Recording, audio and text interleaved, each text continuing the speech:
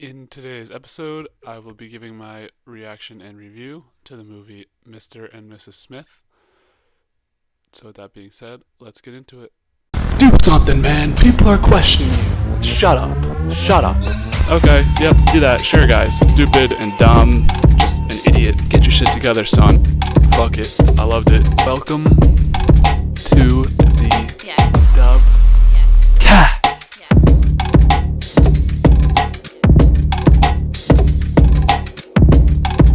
Mr. and Mrs. Smith was released June 10th, 2005. The genre of the movie is an action comedy. The runtime of the movie is a clean cut 2 hours. The budget was a whopping $110 million. The director was Doug Liman, who I've not seen any of his films before, and the film stars Brad Pitt, Angelina Jolie, Adam Brody, and Kerry Washington. So, as always, I will go into my non spoiler review, giving a brief plot synopsis and my overarching review of the movie, and then after that, we'll get into the spoilers and my reactions and thoughts throughout the movie. Okay, so what is this movie about? We start the movie off with John and Jane Smith. They are our main characters. John is a quote unquote construction executive, and Jane Smith is a quote unquote server manager. I don't even know if that's her position, but she manages servers basically. So they coincidentally cross paths in Brazil under weird circumstances, fall in love, and get married. So, as we see at the beginning of the movie, they are going through marital issues as seen through their therapy sessions, while we, the audience, know that their rift is caused by them both being secret operatives working for two secret organizations. They're both trained assassins. So basically, they have this boring marriage and they're looking to spice it up and they want to get back to loving each other again. So that's kind of the premise or the breaking point of the marriage, at least at the beginning. And so the plot starts to really turn once they are both assigned the same quote unquote mark, person to be killed, for a job, and then they end up crossing paths and end up finding out who the other one is through that. So that's where I'll leave off with the plot for now. So my overarching review of this movie, um, I feel it was a nice, lighthearted action movie. The concept was very interesting, and it was nice to see the way that they had the plot play out throughout the film and see this kind of dynamic between the two characters unravel throughout the film, with this new idea and concept. So I appreciated that aspect of it. I thought Brad Pitt and Angelina Jolie do really great together, and their chemistry on the screen is really notable. Um, I thought they were married at the time. I had to go and look at the Wikipedia. Turns out they got married because of this movie. So interesting fun fact there. I thought they both felt fit and played their roles really well, as well in this movie. I thought Vince Vaughn was a great addition in the film too. It was just like a funny breather, to take a step back and laugh.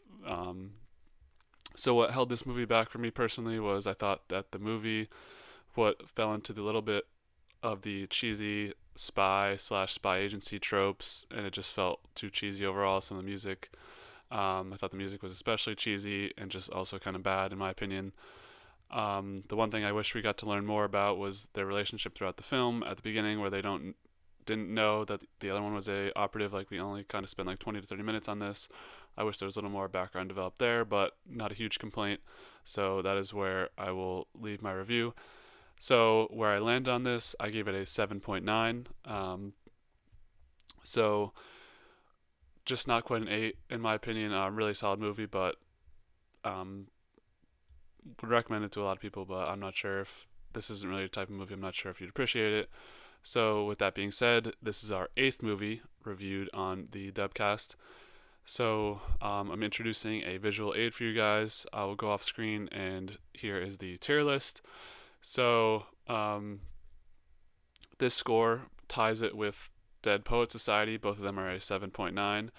I'm going to slightly put Mr. and Mrs. Smith above Dead Poet Society just because I feel like this movie's more of my style, and if I had to pick one, I'd pick Mr. and Mrs. Smith, although it's very close. Obviously, granted, they're the same score.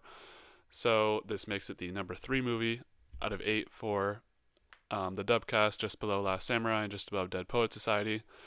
So yeah, as I mentioned before, this is going to be the new visual aid going forward. Hopefully, we don't have too many movies, or we'll have to figure out something of scrolling and stuff. But for now, you can see everything on the screen. So this Mr. and Mrs. Smith joins 28 days later and Dead Poet Society in the sevens for the Debcast so far. Okay, so with that being said, that is my non-spoiler review slash synopsis. So if you haven't seen this movie and want to go see it based off that, go check it out and come back now. Okay, so let's go into the spoilers. So basically, they slowly find out details about one another, and they begin this sort of cat and mouse game where one of them chases them down to a location and the other one chases them down to a location, but they never quite get the jump on them completely. There's always some sort of escape route. So essentially, once their organizations realize that they um, are together, they are ordered to kill each other, or once they realize that they're part of agencies and they were the ones there at the scene of the mark, they are ordered to kill each other. So they both end up realizing through this cat and mouse game they get super close to killing each other, but they both realize that they're just not able to do it to each other due to their marriage and their closeness to each other. So basically, once they decide that and realize that, they make love, and then they have to survive an army of assassins together. This is a funny part of the movie where they're learning everything about each other that they were lying about before. Um, so it doesn't seem like they're going to want to continue the marriage after this, just due to the fact that it's been so full of lies and just nothing was the truth. They have to basically learn each other all over again. Um, yeah, so we don't think the marriage is going to continue, but so basically their way out is they try to actually get the guy from the original hit, which is this like loser guy. He was just weird, but he was actually bait for them to kill each other. Since both their organizations knew that the other one was in the organization, it was basically a bait and switch for them to try and kill each other from the whole start. So their organizations knew that they wanted to kill each, or that they were married, so they wanted to make them kill each other. Blah blah blah. You get the point. So basically, they're up against this two conglomerate organizations of secret field operatives. They basically just go like ninja mode. They go secret agent mode. They just go assassin mode. They just kill a bunch of people. So they get out of it, and I think it's Brad Pitt's character, John Smith, who has this out in a Southern American country with a boat. So I think they're gonna go do that. And then at the end of the movie, they meet again with their marriage counselor, which is a callback to the beginning, and they say that their marriage is thriving. And one of the questions from the beginning was how often they have sex, and this time Angelina, at the beginning they didn't really answer, and obviously it was the awkward like marriage counselor, oh like we don't have sex, whatever thing. And at the end they laugh about it, and it's obvious that they have been having sex a lot, so we assume that their marriage is thriving and they are back in love with each other in a safe place from these organizations. So that was basically the end of the movie. So now let's get into my thoughts and reactions throughout the film. So first, when they meet in Brazil, really kind of weird scene where Angelina Jolie is like mad feisty when they're dancing. She just like throws her glass in the fire. I don't know. Doesn't really seem like a thing you do. Maybe it's a Southern American thing. I don't know. I was like, damn, she feisty.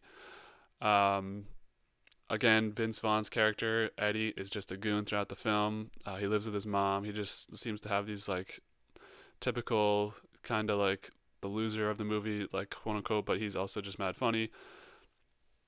Just appreciated everything he was able to provide from the jump. Pretty much thought he was super funny. One of his funnier performances, in my opinion. So my big plot point from this is, or my big takeaway from the beginning of this movie is, I don't want to get married ever. Just their mundane. Obviously, like people out there, they get married, they love each other. Mr. and Mrs. Smith, bro. This made me like, why would I ever get married? Do they just live this mundane ass life where she's like asking about the curtains, and it's just really boring? They just come home from work, quote unquote work. Granted, they're just lying to each other, so maybe this isn't an accurate representation of marriage at all, but just from based off what I've seen from this marriage, I'm scared of marriage and um, scared of just being in a mundane, boring life. I'm probably mispronouncing the shit out of mundane, but whatever.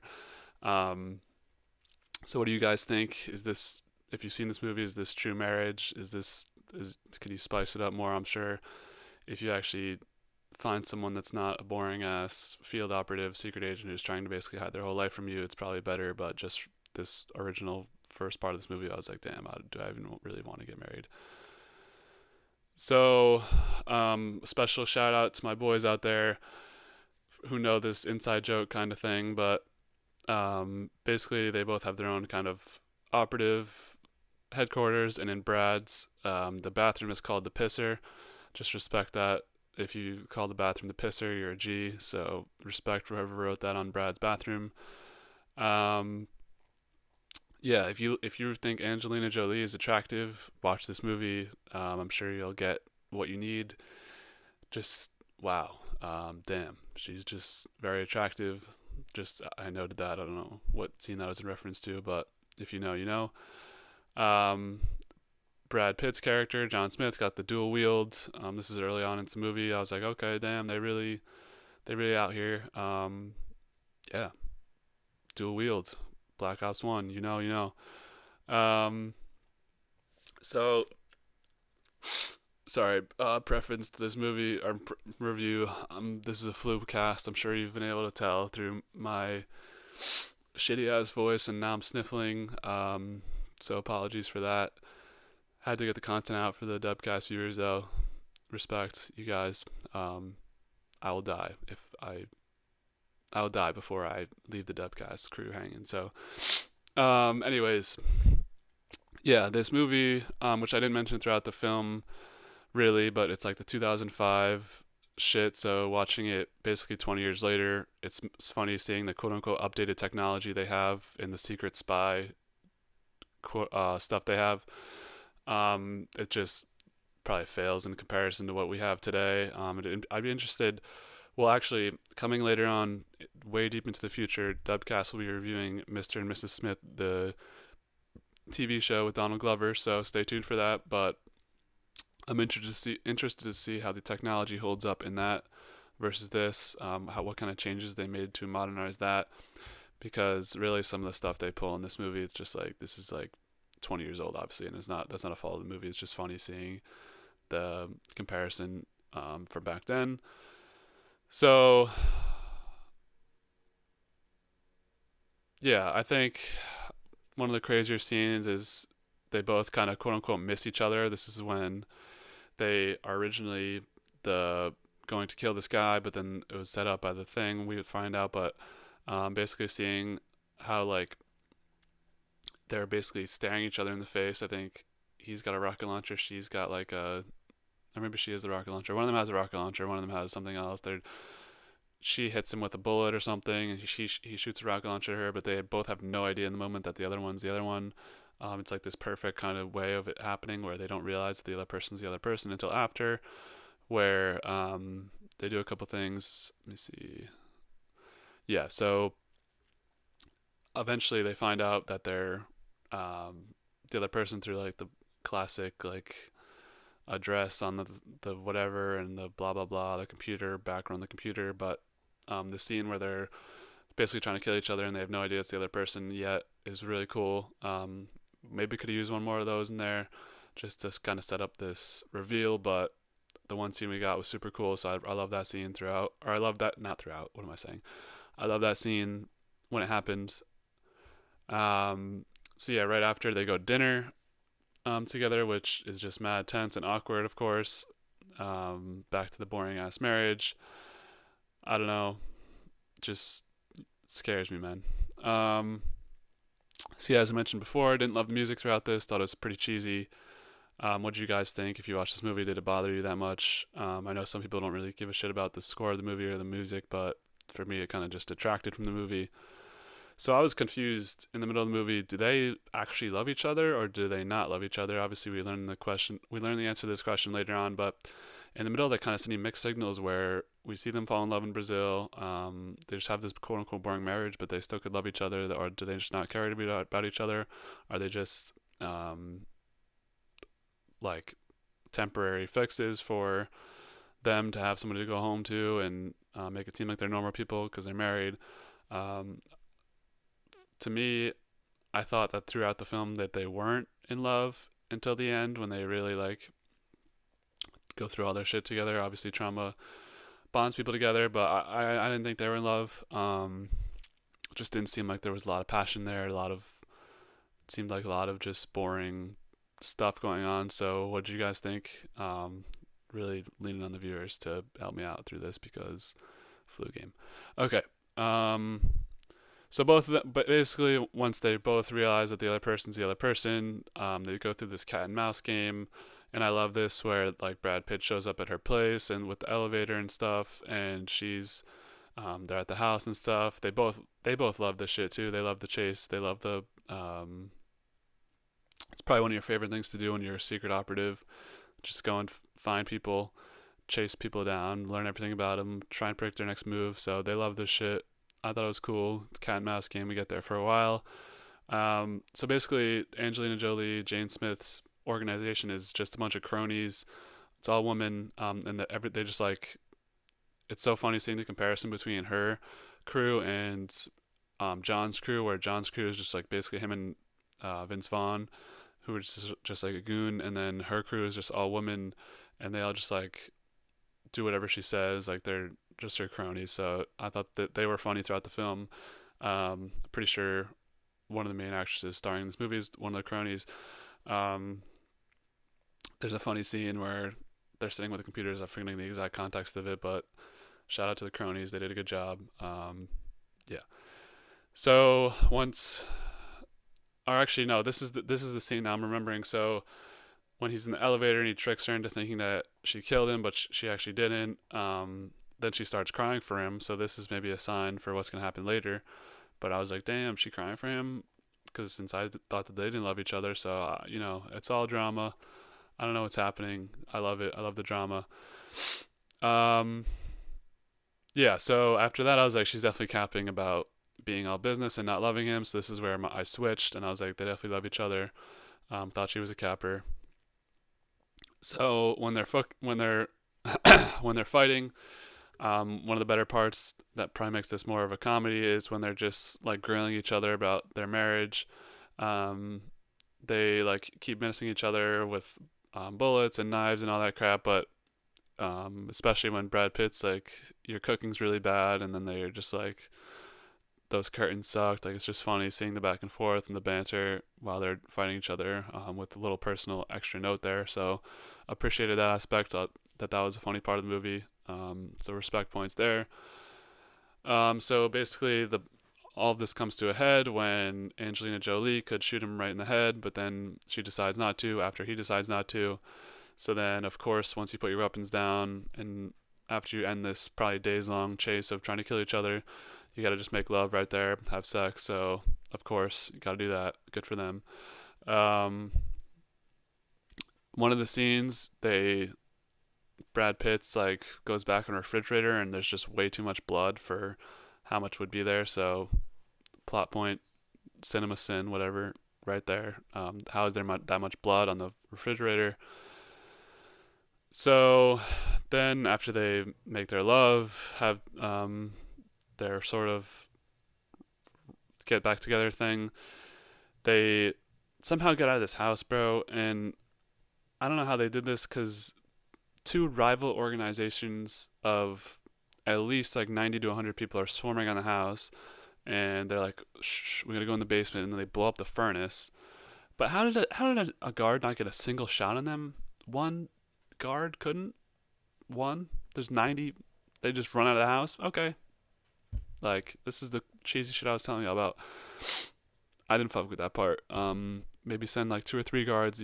If to make it we get the point that there's these organizations. You don't need to send fucking 25 people into the house and they don't get a shot off on them. Obviously, it's plot armor. Obviously, whatever. But I'm here to call out the realness and the bullshit of the movie. So, what why couldn't they get a single shot off onto the Smiths? Answer me that, Doug Lehman. Um, so yeah, so favorite plot twist in the movie obviously is that the agencies actually knew the whole time that they were together and sent them after each other for the bait, using this kid. We learn once they snag the kid that he's just like, yeah, you guys were the bait. The kid's kind of funny. He's just a bum, but the way he kind of grills them when they're interrogating him is funny. And he's like, yeah, I was actually the bait the whole time. You guys are idiots. Yeah, so I thought that was a good plot twist there. Something I wasn't necessarily thinking of to come up. Maybe you guys were thinking of that. I don't know. Yeah, so once they're in this store, it basically comes down to after they escape the kid and escape the agencies, she's still throwing knives at him. Come on, bro, you guys just went through all this shit together. Get it together. Let's hang out. Like, let's be chill. Um, Funny scene led up to that was them in the car. I'm just remembering when he's driving and they're all exchanging the information about their actual lives. But why my girl Angelina Jolie still throwing knives at him? You guys just had sex and made love and got back together. Come on, girl. Um, so as we come to the end of the movie, we get the they love each other, great, awesome. Um, and so yeah, I wanted to give props again for the nice opening and closing with them in therapy, where we open with their problems in therapy, and at the end, it ends with their sort of being happy in marriage again and being happy in therapy. So obviously the ending is the question about them having sex. So I thought that was a funny way to wrap it all up. Maybe now I'm realizing throughout my review that maybe this is more just the comedy aspects that kind of bother me. Maybe if they just made it a straight action movie, I'd like it a little better. But um, it is what it is. I appreciated some of the comedy aspects of it too. So Mr. and Mrs. Smith. Wait, one more thing to say. Benjamin Dans was wearing a Fight Club shirt. So respect for that. Call out as Brad Pitt's one of the main characters of Fight Club. One of the better movies I've seen in the past couple of years. So Easter egg there. Got you guys. So that's going to put a wrap on Mr. and Mrs. Smith. What do you guys think of this movie? Did I rate it too high? Did I rate it too low? Did I rate it just right? Let me know in the comments. Appreciate all of your guys' constructive criticism. I've received some from friends in person. I've received some from people on the internet. What would you guys change about the movie reviews? Do you like them? Do you not like them? What would you add? What would you take away? Really just looking for all types of feedback. Even if you guys think it's horrible, I want to know so I can make it better. My whole goal is to just keep making this better and better. So thank you guys so much for sticking along. New announcement actually. I'm going to add a Google form to the link tree on my page, and that will be for you guys to appear on the Dubcast if you want to. I'm really looking for guests to come on here and start talking with me about stuff. I think the conversation would flow better with people with me, so fill out that form if you want to be on the Dubcast. And yeah, also going to be announcing a new project in the next month or so, a new series that I'll have. Don't know how consistent it'll be, don't know what it'll truly entail of, but I've got a baseline idea for it and I'm excited. So keep that in mind, guys. Appreciate everything. Appreciate the views and all the likes and comments on YouTube and Spotify. So yeah, stay with the Dubcast and make sure you don't get into a boring marriage.